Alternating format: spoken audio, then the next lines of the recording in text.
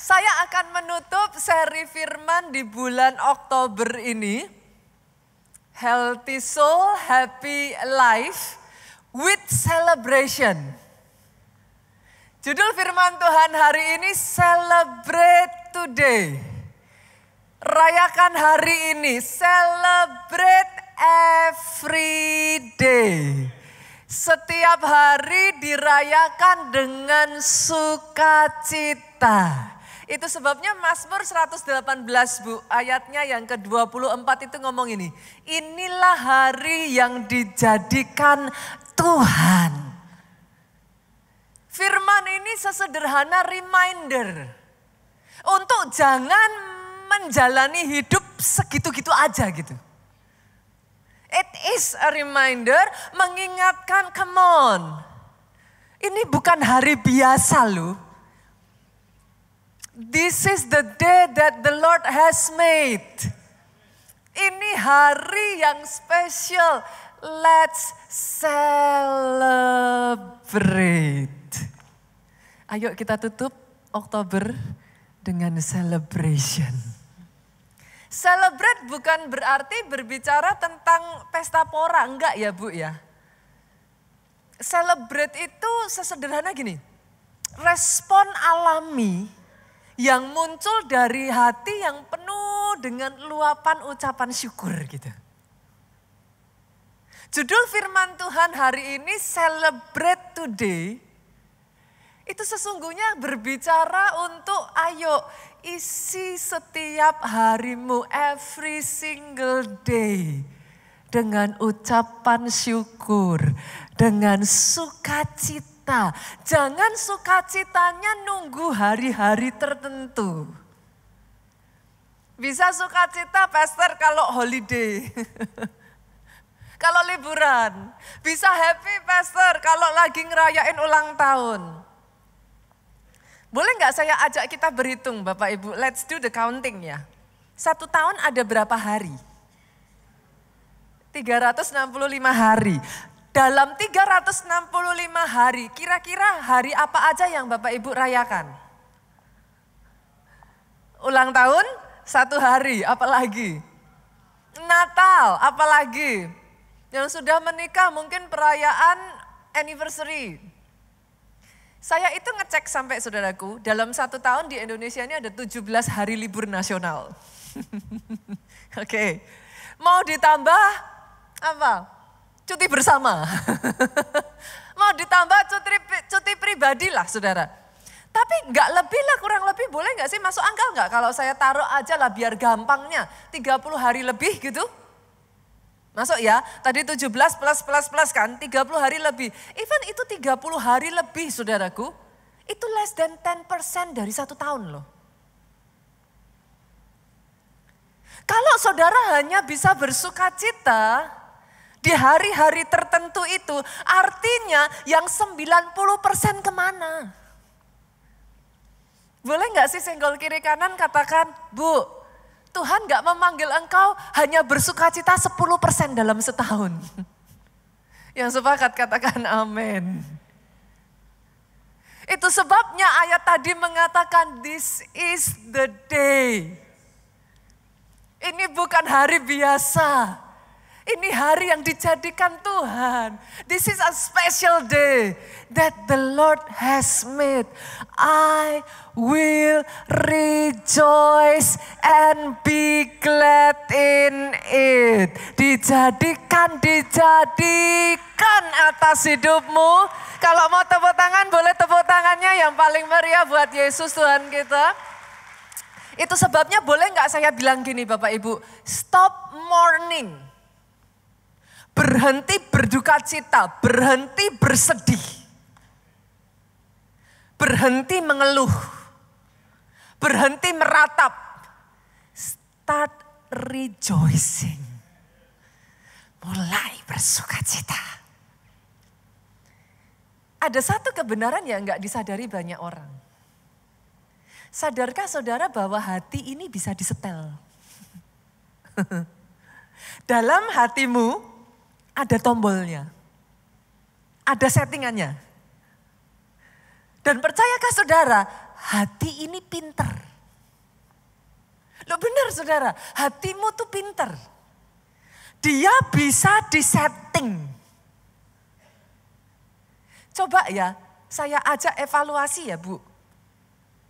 Sekarang ini setelan hati saudara seperti apa?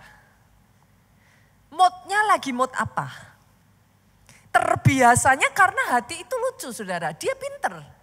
Tapi dia work by habit. Masalahnya banyak orang setelannya setelan suntuk. Baru happy sebentar, balik lagi ke setelan awal. Suntuk lagi saudara.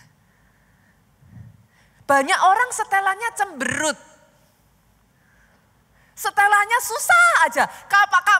Dia apa-apain hari itu baik gak baik ya saudara, nanti balik-baliknya stres pastor. Boleh dicek? Setelan mood, happy-nya masih ada gak di situ? Atau udah karatan? Udah lupa aja. Karena saking terbiasanya apa-apa stres. Hari ini saya ajak happy-nya jangan orang lain baik atau enggak sama kita. Happy-nya jangan karena situasi yang ada di sekelilingmu. Happy-nya jangan karena berkat lancar atau tidak. Hari ini disetel ya. Ngomong ya, hatiku setelannya happy. Setelannya happy. Mau seperti apa di kiri kanan, this is the day that the Lord has made. I will rejoice. Teman-teman di sini yang adalah profesional muda, biasanya slogannya I hate Monday. Biasanya benci kalau udah Senin. Yang pasti pelajar, mahasiswa, kalau udah Monday, aduh kayak papaya saudaraku. Tapi hari ini boleh gak? Monday happy, hari Senin happy, Selasa, Rabu, Kamis, Jumat happy. Sabtu, Minggu happy. Para pelayan Tuhan, halo. Jangan-jangan kalau hari Minggu, aduh pastor entah kenapa ya, saya tuh kalau hari Minggu stres pastor. Pelayanan lagi. Sejak dari hari ini, hari Minggu pun boleh pelayanan sepanjang hari dari pagi sampai malam. Setelannya dipasang, moodnya happiness, moodnya celebration. Kenapa pastor? Nehemia, kita belajar dari Nehemia saudara. Kenapa? Kenapa happiness is so important? Nehemia, yuk kita buka. Nehemia pasalnya yang ke-8 ayat 10 sampai 11. Sekalipun dalam keadaan yang masih banyak masalah, Nehemia, yakni kepala daerah itu dan Imam Esra, ahli kitab itu dan orang-orang Lewi yang mengajar orang-orang itu berkata kepada mereka semua, hari ini adalah kudus bagi Tuhan. Jangan kamu berduka cita dan menangis. Lompat yuk, ayatnya yang ke-11 saudaraku. Mereka ngomong, pergilah, makan sedap-sedapan, minum minuman manis. Kirimkan sebagian kepada orang. Ini amazing loh saudaraku. Kalau hari ini ada yang cemberut, hari ini ada yang suntuk, pergi. Habis ini pulang, makan. Disuruh makan, disuruh minum. Disuruh apa? Berbagi. Ambil, bagikan sebagian kepada mereka yang tidak sedia apa-apa. Sadarkah saudara? Berbagi bisa membuat engkau bahagia. Senggol kiri kanan, pelit bikin suntuk. lagi bikin happy. Bahkan ayat ini mengatakan jangan bersusah hati. Sebab sukacita karena Tuhan itu perlindunganmu. Aminnya yang paling keras. Orang yang bersukacita ada perlindungan Tuhan. Ternyata Tuhan suka sama orang yang bersukacita. Apa buktinya? Dalam bahasa Inggrisnya dikatakan, the joy of the Lord is my strength. Engkau yang kekuatanmu sedang kecil ya, suntuk gak membantu. Engkau yang sedang ada di dalam keadaan yang again and again masalah bertubi-tubi datang ya. Cemberut gak membantu Pak. The joy of the Lord is my strength. Saya buktiin lagi, Tuhan suka dengan orang yang bersukacita. Mazmur 34 ayatnya yang ke-7. Bersukacitalah, multimedia boleh bantu kah? Tidak ada di catatan. Bersukacitalah karena Tuhan, maka Ia akan memberikan apa yang diinginkan hatimu. Halo? Saudara gak dapat apa yang diinginkan hatimu dengan cemberut. Boleh gak sih senggol kiri kanan? Senyum dikit kenapa? Halo? Senggol kiri kanan lagi katakan kamu cakep, kamu cantik kalau senyum. Suami istri banyak-banyak ya, ingatkan pasangannya ya. Kalau lagi cemberut, kalau lagi marah-marah, Tuhan sayang sama orang yang happy. Ketika kau belajar bersukacita karena Tuhan, Dia memberikan apa yang diinginkan hatimu. This is the day that the Lord has made. I will rejoice. Tepuk tangannya yang paling meriah buat Yesus Tuhan kita. Pertanyaannya sekarang Pastor, how? Gimana caranya saya bisa bersukacita? How can I celebrate today? How can I celebrate every day? Saya bagikan 3 poin ya, Bapak Ibu ya, catat ya. 3 poin. Yang pertama, choose, pilihlah dengan sengaja. Karena di dalam hatimu ada tombolnya. Ada tombol cemberut, ada tombol susah, ada tombol stres, ada tombol happy. Ada tombol marah, ada tombol kecewa. Dengan sengaja, choose, pilih bersukacita. Kapan? Now, hari ini, sekarang, gak nunggu Natal. Sekarang, apapun yang terjadi.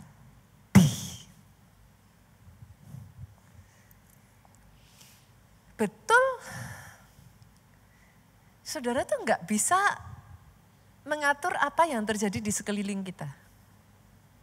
Saudara nggak punya kuasa apa yang akan dilakukan orang lain kepada saudara. Tapi kau punya kuasa loh dengan yang di dalam sini.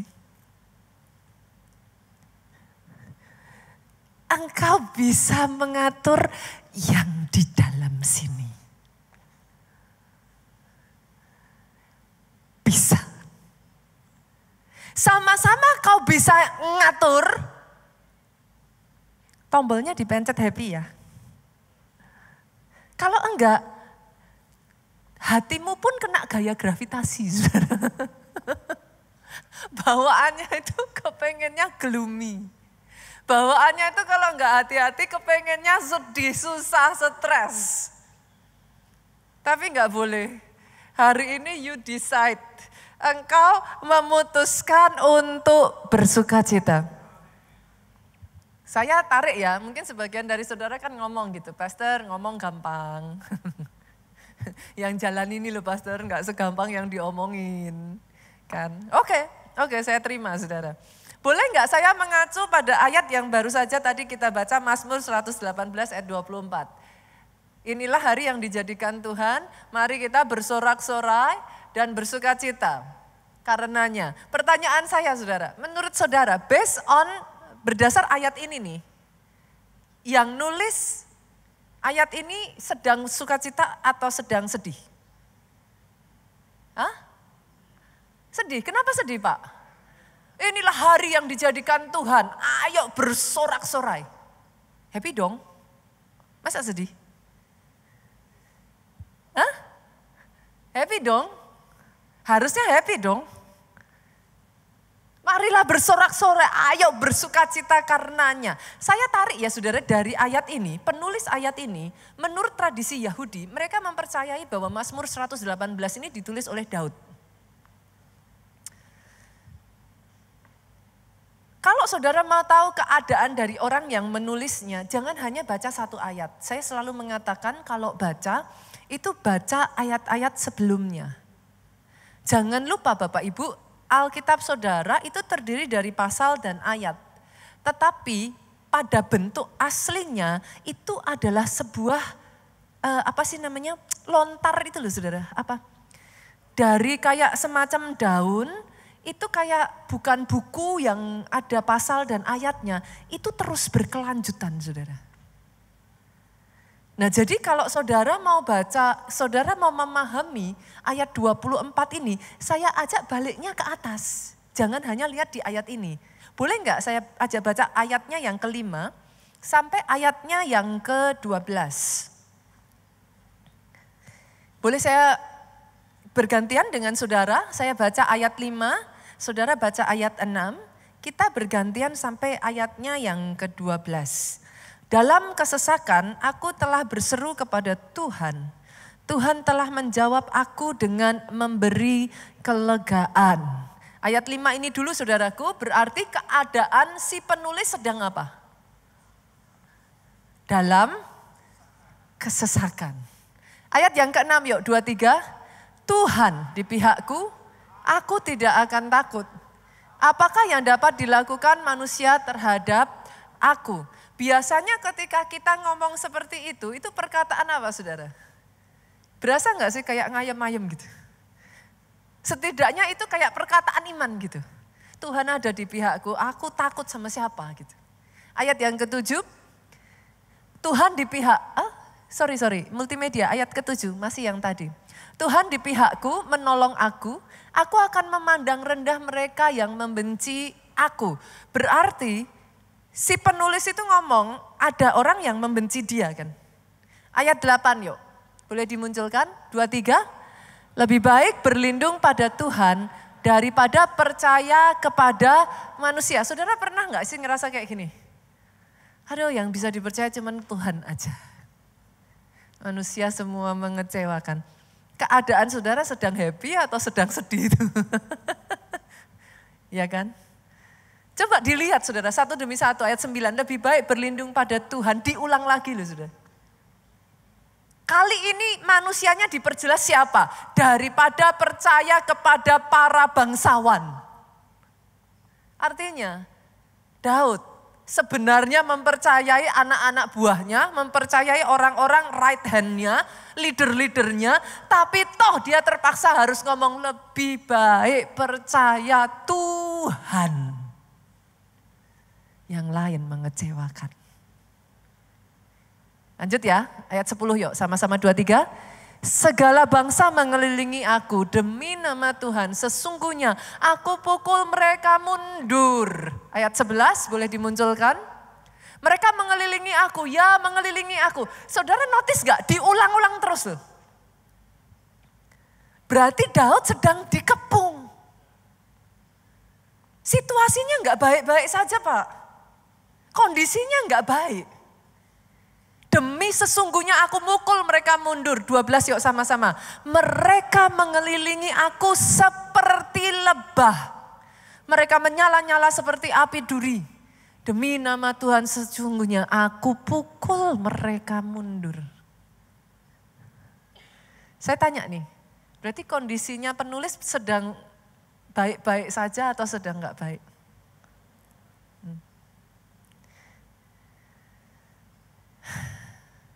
Terlepas dari keadaan Daud yang seperti itu di ayat 24, muncullah satu ayat yang begitu dikenal banyak orang, Pak. This is the day that the Lord has made. I will rejoice and be glad in it. Apa yang saudara bisa pelajari dari ayat ini, saudaraku? Sukacita sejati tidak lahir dari keadaan yang sempurna.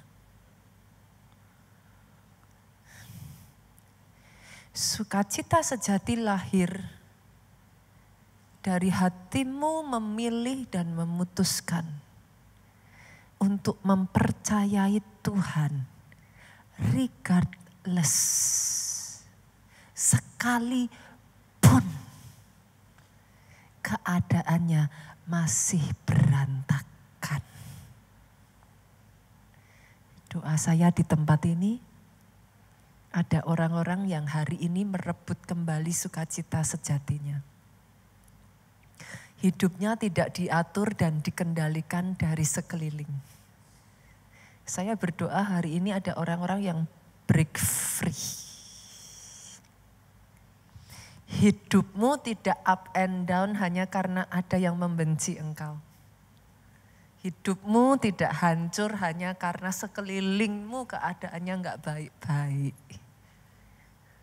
Tapi instead hari ini saya perkatakan sukacita direbut kembali masuk dalam hatimu. Aminnya sekali lagi boleh yang paling keras. Boleh kita kasih tepuk tangannya yang paling meriah buat Yesus Tuhan kita. Kenapa saudaraku? Karena kalau enggak, hidup kita jadi enggak produktif. Pernah ngitung enggak? Dalam 1 tahun lebih banyak baiknya atau lebih banyak masalahnya?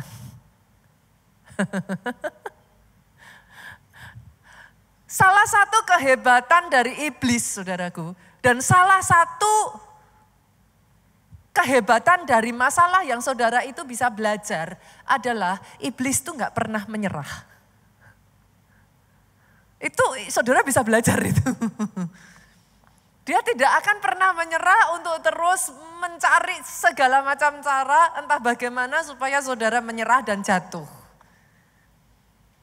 Itu sebabnya kita lihat ya, Yeremia pasalnya yang ke-29 ayatnya yang ke-4 sampai 6, Tuhan itu ngomong sama Yeremia kayak gini, beginilah firman Tuhan semesta alam, Allah Israel kepada semua orang buangan yang diangkut ke dalam pembuangan dari Yerusalem ke Babel. Berarti situasinya baik atau enggak baik? Pembuangan. Orang-orang harusnya sedih atau happy? Sedih. Kalau sudah sedih berarti harusnya nggak bisa ngapa-ngapain. Stuck. Disuruh Tuhan apa? Yuk ayatnya yang kelima ngomong gini saudaraku. Sekalipun sedang dalam pembuangan disuruh dirikan rumah untuk kamu diami. Boleh saya ganti nggak? Tetap membangun. Tetap membangun. Keadaan buruk tidak membuat engkau berhenti membangun. Disuruh apa lagi? Buat kebun untuk kamu nikmati hasilnya. Keadaan buruk tidak menjadi alasan engkau tidak produktif. Tetap berkarya, tetap bekerja, tetap berjuang. Ini lebih seru lagi ayat 6 saudara. Disuruh apa coba? Lihat, ini seru sekali. Ambillah istri. Untuk memperanakkan anak laki-laki dan perempuan. Ambilkan istri bagi anakmu laki-laki. Carikan suami bagi anakmu perempuan. Engkau boleh ada di dalam pembuangan tapi enggak perlu membuang sukacita. Senggol kiri kanan katakan, engkau berhak bahagia. Ambil alih hari ini. Rebut lagi kebahagiaanmu. Engkau berhak bahagia. Masalah tidak boleh mencuri kebahagiaanmu. Kebencian orang lain, perbuatan orang yang membuat engkau dipukul terdesak, tidak boleh merampas kebahagiaanmu. Hari ini ambil keputusan, bersukacita seperti apapun keadaannya. Saya berdoa ya saudaraku melalui firman Tuhan hari ini ya. Ada banyak loh yang hatinya dimerdekakan. Enggak lagi terkurung, enggak lagi terpenjara, enggak lagi suntuk terus. Kenapa Pastor? Yakobus 4 ayatnya yang ke-14 ngomong gini saudaraku. Hidup manusia itu seperti uap. Sebentar aja terus lenyap. Udah kayak enggak kelihatan lagi.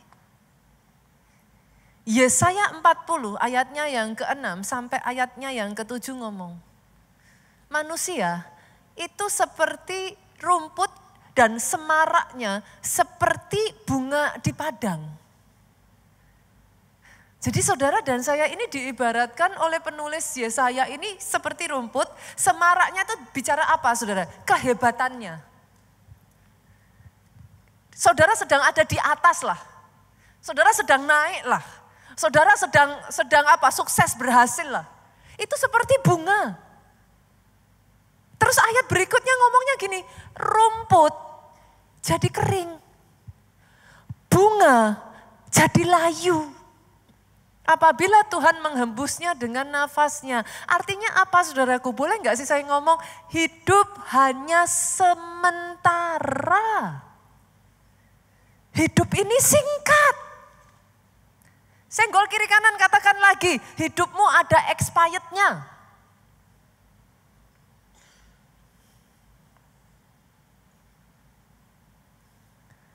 Kenapa enggak milih bersukacita aja? Kalau hidup itu singkat, mari kita isi dengan memori-memori yang baik. Orang bisa merencanakan yang buruk, tapi bukankah Tuhanmu tidak pernah berubah? Dia merancangkannya untuk kebaikan. Yang pertama ya, Bapak Ibu ya.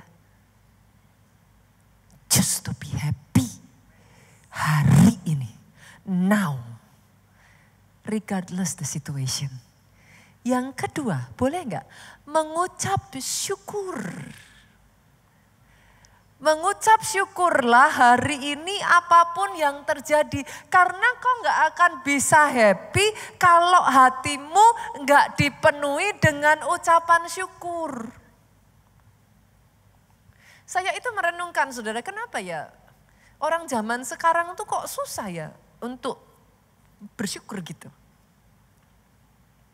Apa ya yang membuat kayak seolah-olah itu kayak bersyukur itu berat aja gitu. Saya tuh merenungkan saudaraku, era sosial media ini membuat kita itu jadi gampang kalau saudara scrolling.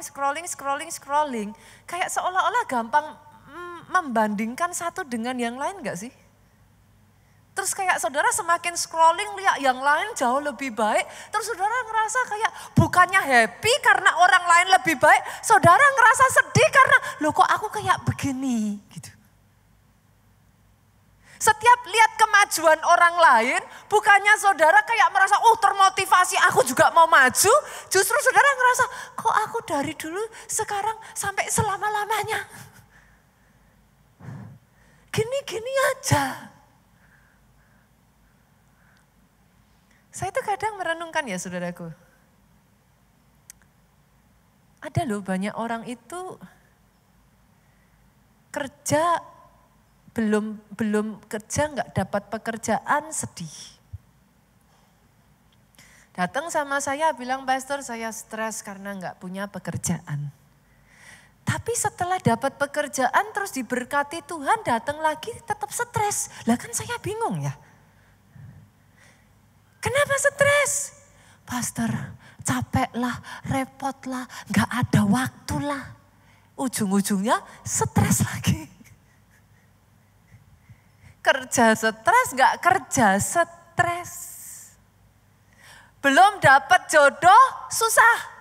Aduh pastor, lonely. Kesepian pastor. Sudah menikah, susah. Suami saya tuh gini pastor, gini. Suami saya tuh istri saya pastor, dari terbit matahari sampai masuknya, cerewet. Tuh ada ayatnya pastor, lebih baik tinggal di sotoh rumah daripada tinggal serumah dengan perempuan yang saya stres pastor.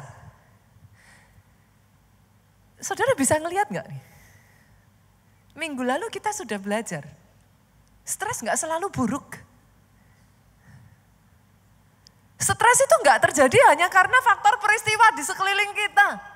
Kemarin saya nggak tahu di tempat ini dibukakan atau enggak. Kalau saudara kemarin belum sempat, di Soho saya khotbah, saya bukain tuh. 43 skala stres Holmes dan Richard Rahe.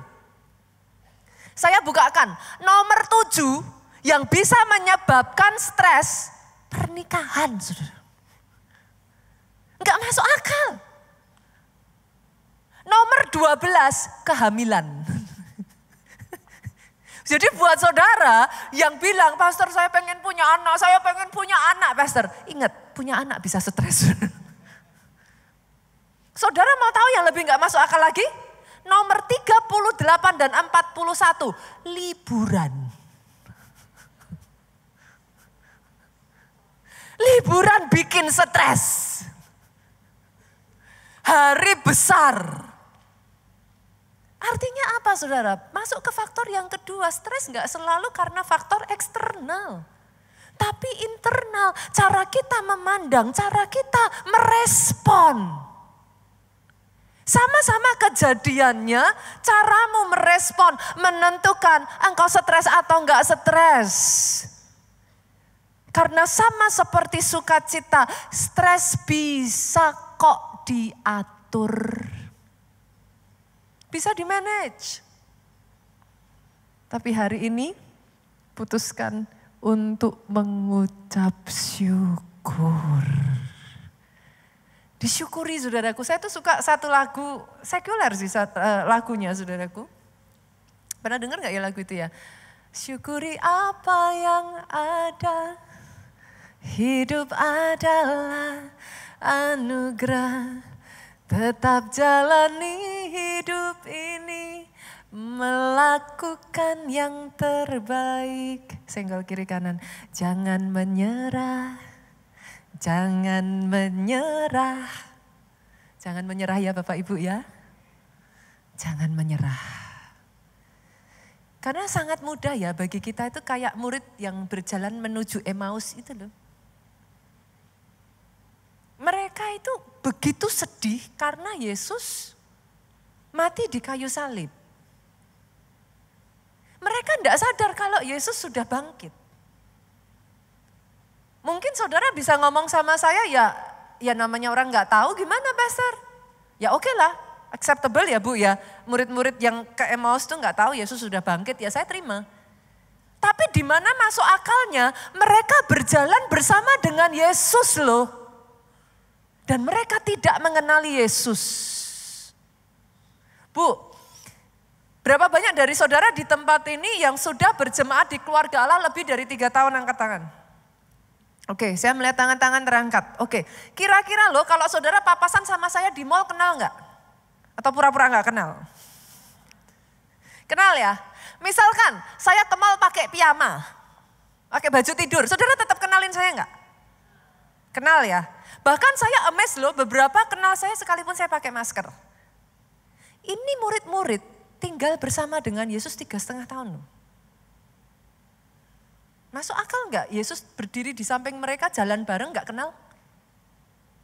Nah, sekarang saudara bisa ngomong, doesn't make sense. Tapi berapa sering dalam kehidupan kita nih ya saudaraku ya, Yesusnya ada loh di sana, tapi kau enggak ngerasa, kau enggak sadar. Kau ngerasa ditinggalkan Tuhan. Kau ngerasa Tuhan udah gak sayang. Kau ngerasa dibuang sama Tuhan. Yesusnya loh menangis bersama dengan engkau di sampingmu loh.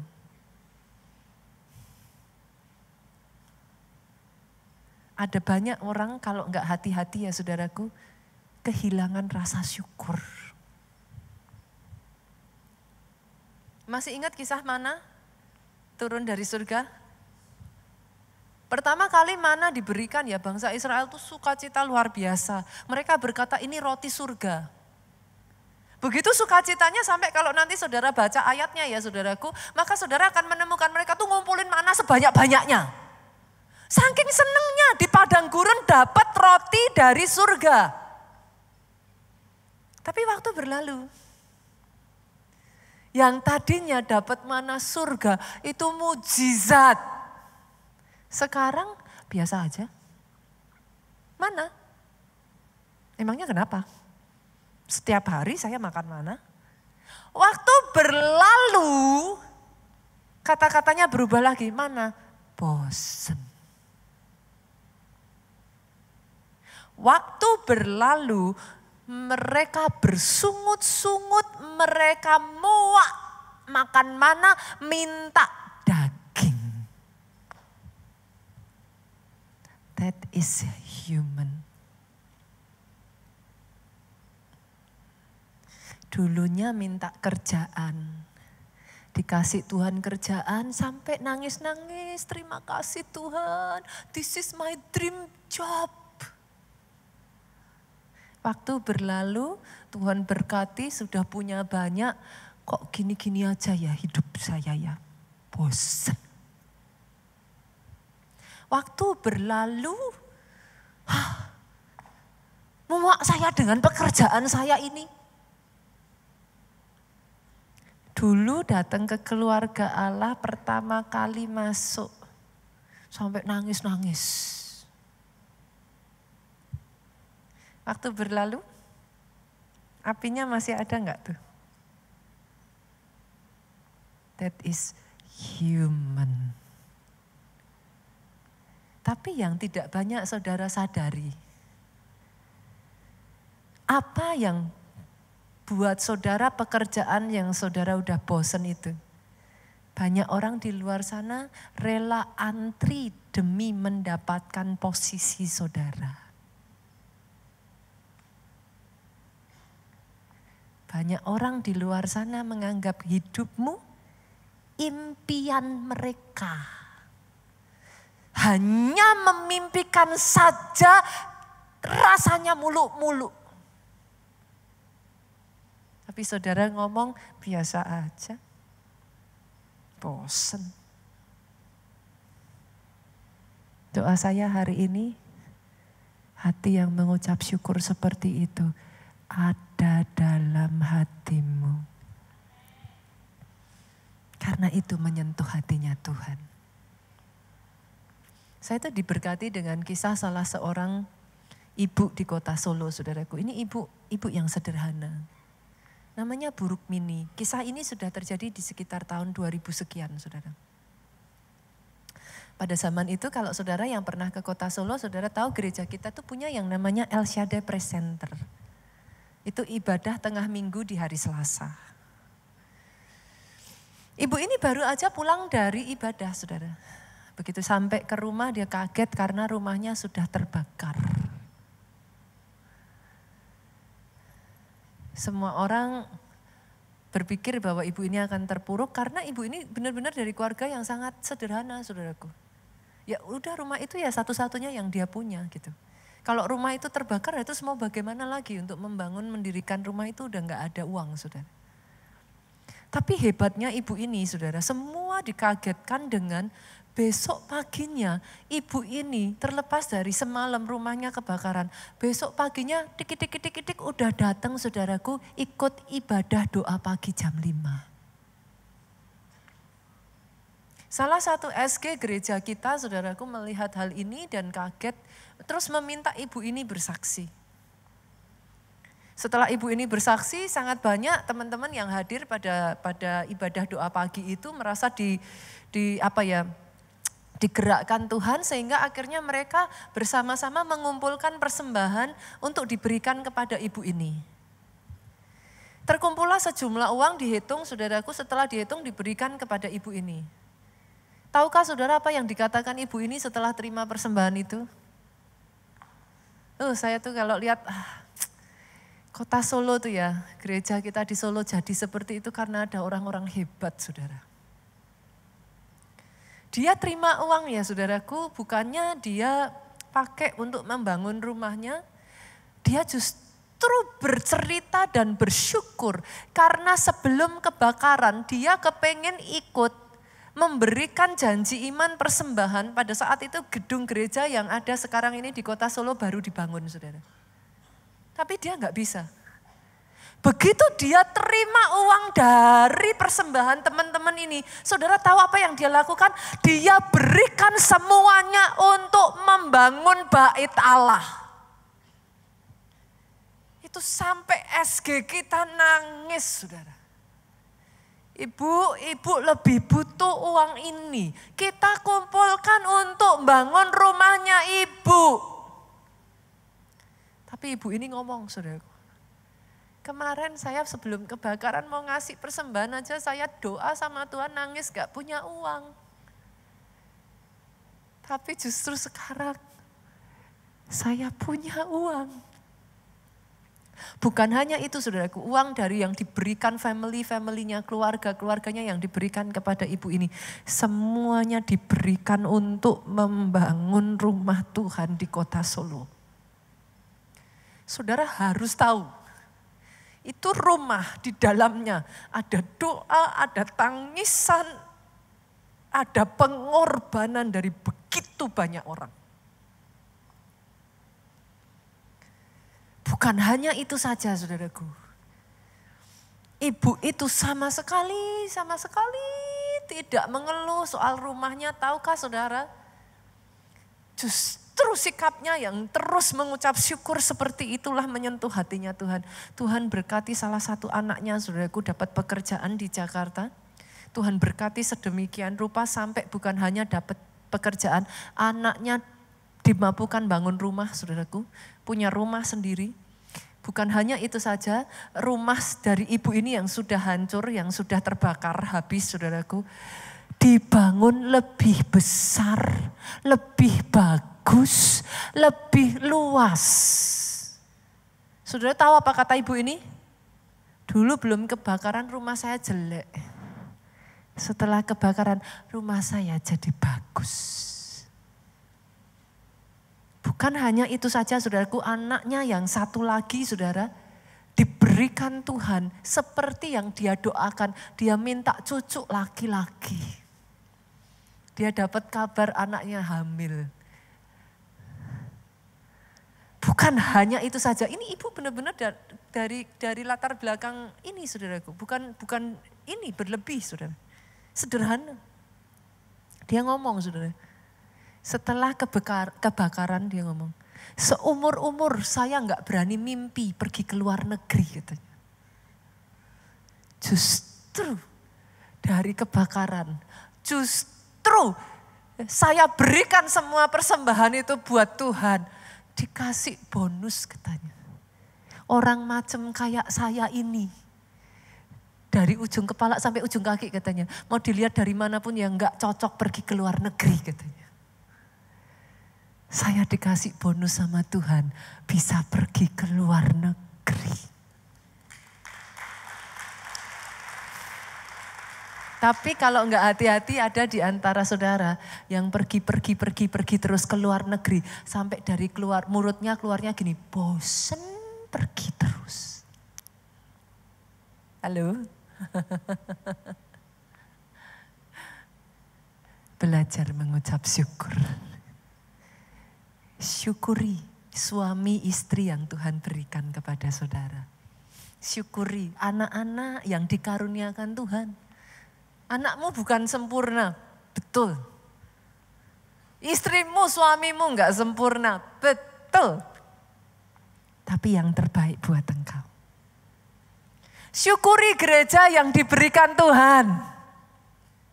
Bisa duduk di kursi empuk. Karpetnya diinjak enak, saudara. Syukuri para pelayan Tuhan yang ada, yang mau mendedikasikan hidupnya untuk Tuhan. Saya tuh kalau kumpul sama pendeta ya saudaraku, yang lain komplain, yang lain ngeluh, saya tuh masih ingat sekali. Ada yang ngeluh leadernya, ada yang ngeluh jemaatnya, ada yang ngeluh. Saya tuh selalu ngomong loh, jemaat keluarga Allah is the best.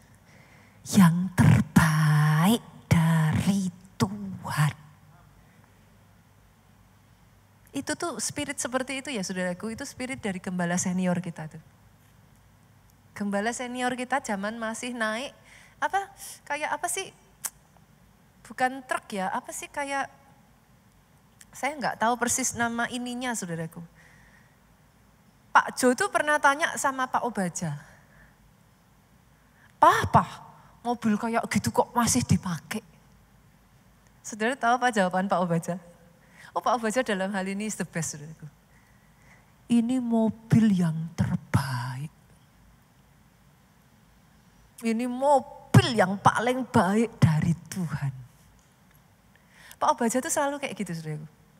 Nanti ganti diberkati Tuhan apalagi, selalu Pak Obaja selalu akan mengatakan seperti itu. Kepada Bu Obaja tuh ya, kemana-mana pergi selalu ngomong. Saudara yang sudah sempat pergi sama Pak Obaja tahu yang saya katakan. Pak Obaja itu akan terus peluk Bu Obaja terus bilang gini, ini istri yang terbaik. Ucap syukur ya. Ucap syukur. Hari ini saya berdoa, ngucap syukurnya jangan nunggu nanti. Ngucap syukurnya jangan nunggu sukses dulu. Ngucap syukurnya enggak nunggu diberkati dulu. Ngucap syukur dari saat ini. Apapun keadaannya. Ada 1001 alasan untuk tidak bersyukur. Tapi seharusnya kau punya 1.000.000 alasan untuk tetap bersyukur. Amin ya, boleh yang paling keras. Oh, kalau ada seperti ini berasa nggak sih hidup jadi lebih ringan Bapak Ibu? Lebih happy ya hidup ya. Yang ketiga, yang terakhir. Yang pertama tadi bersukacita, memilih bersukacita. Yang kedua mensyukuri hari ini apapun yang terjadi. Yang ketiga, menghargai dan menikmati setiap momen sekecil apapun. Seperti yang tadi saya katakan, momen besar itu berapa banyak sih saudara dalam 1 tahun? Ya saya paham, zaman sekarang itu orang itu willing untuk merayakan sampai jor-joran, keluar biaya begitu besar ya hanya untuk merayakan pernikahan. Ada yang ratusan juta sampai miliaran Bu, sampai puluhan miliar. Pernikahan berapa jam sih Bapak Ibu? Semalam nggak nyampe loh. Paling berapa jam? 2 jam, 3 jam, 4 jam, 5 jam, berapa jam? Willing untuk keluar sampai miliaran. Pastor, apakah salah? Ya sah-sah aja lah kalau saudara diberkati Tuhan, mama boleh-boleh aja saudaraku. Why not? Kenapa tidak gitu kan? Kalau memang ada berkat Tuhan ya silakan, that's okay. Tapi poin saya, dengarkan ini saudara. Jangan tunggu momen besar dulu baru dirayakan. Cherish, celebrate momen yang kecil. It might not be there forever. Saya tidak mengatakan apa yang saya katakan benar ya saudaraku. Tapi anak-anak tuh nggak pernah saya paksa untuk tidur di kamarnya mereka sendiri saudara. Karena itu saya sengaja ranjang saya tuh saya bikin besar. Jadi kalau kumpul itu sukacita saya. Saya tuh paling senang tidur bareng anak-anak semua saudara. Puji Tuhannya saya punya suami juga sama gitu. Pak Jo tuh paling seneng tidur barengan anak-anak gitu, dia happy sekali. Toh nggak dipaksa ya, mereka tuh nanti udah waktunya minta tidur sendiri kok. Sekarang saya mau tidur sama anak saya udah kuliah. Nanti anak yang kedua 1-2 tahun lagi gantian kuliah. Time flies. Mau kapan lagi sih mensyukuri momen-momen kecil? Momen bisa ibadah satu keluarga gini disyukuri loh. Saudara nggak pernah tahu. Syukuri. We never know. Hidup itu singkat, saudaraku. Saya tuh pernah benar-benar kaget dan shock, saudara. Baru malam itu saya ibadah, saya khotbah, saya turun, saya ketemu salah satu kakak Kids Impact di Jogja. Baru aja ketemu, saya tuh baru aja salaman, saudara. Sekitar setengah jam. 1 jam setelah itu saya dikabari. Orang yang saya salamin ini, saya dikabari, Bu Nita tahu enggak? Kakak ini meninggal. Kan saya enggak percaya dong, saya bilang hoax. Orang saya baru aja salaman kok. Saya dibawa ke rumah sakit, saudaraku. Saya nangis sejadi-jadinya. You never know. Hidup kita ini ada yang punya. Kapan diambil nggak tahu.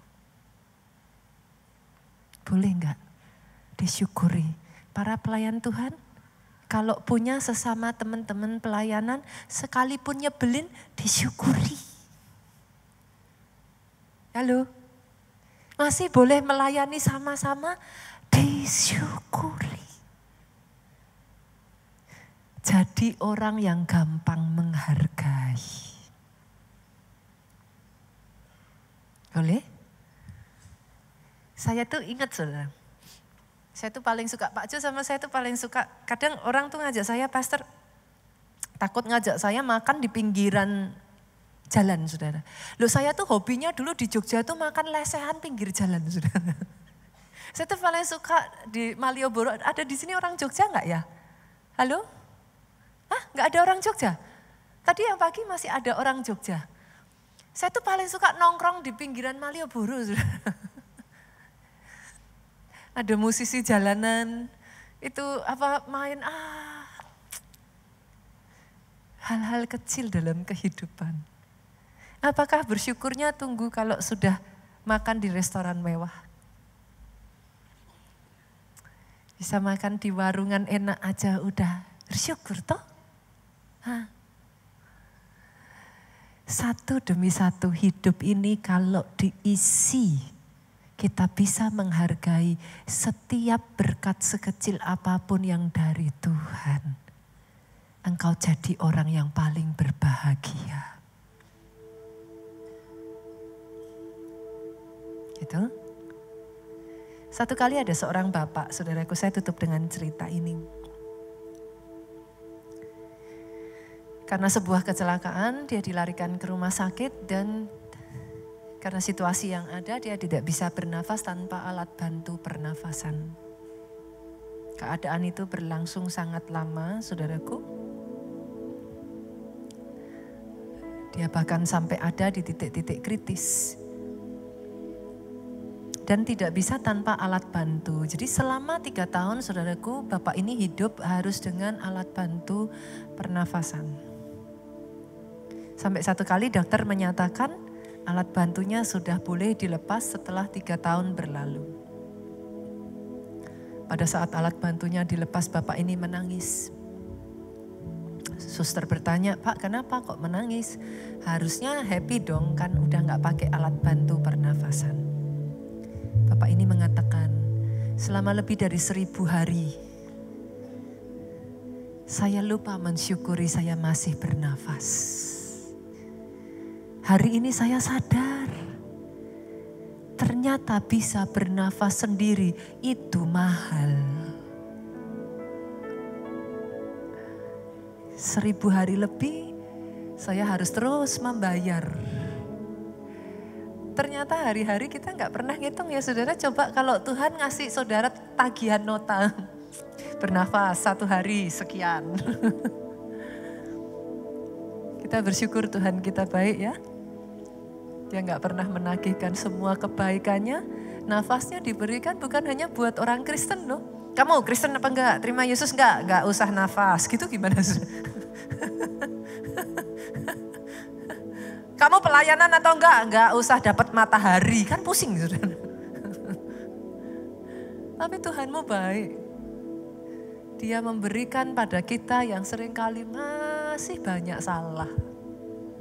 Dia berikan matahari pagi, dia berikan pada kita nafas hidup, dia berikan pada kita untuk kita bisa melihat semua karya Tuhan yang baik. Itu pun sudah alasan ya, untuk kita bisa berkata, I love you Lord. Sama-sama yuk. Your mercy never fails me. All my days I've been held in your hands. From the moment that I wake up until I lay my head, I will sing of the goodness of God. Sama-sama jemaat bangkit berdiri, kita katakan, I love your voice.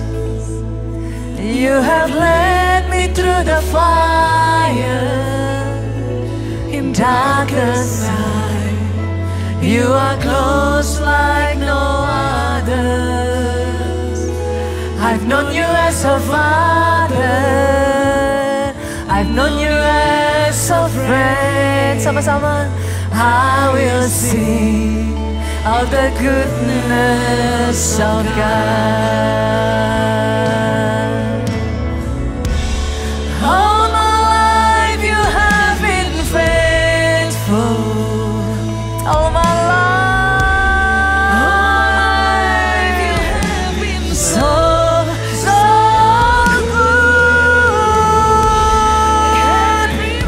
That I am never, I will sing of the goodness of God. Katakan all my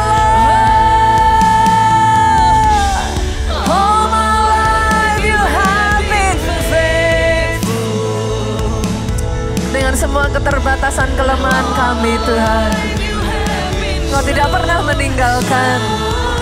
Setiap janji-janji yang Kau berikan, tidak ada satupun yang tidak Engkau penuhi.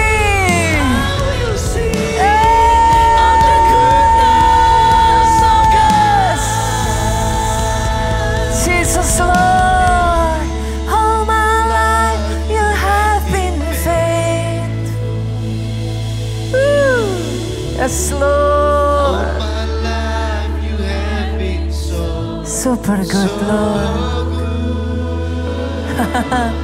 With every breath that I am able, oh, I would sing of the goodness of God.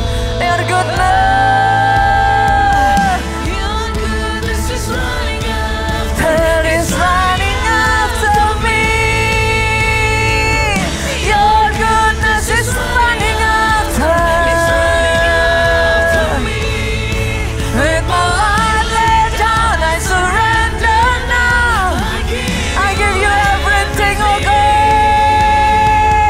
Your goodness is running after, it's running after me. All my life you have been faithful. Terima kasih Tuhan. All my life you have been, you have been so super, super, super good, oh God. With every breath that I am able, I will sing.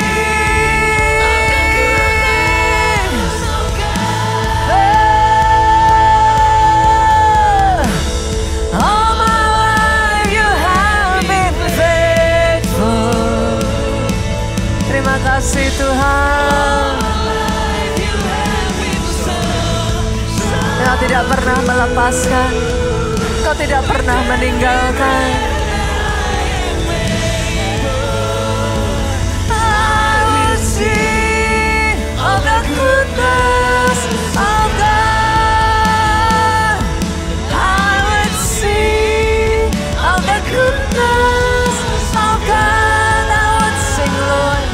I will sing of the goodness of God. Thank you, Jesus. Terima kasih Yesus Tuhan.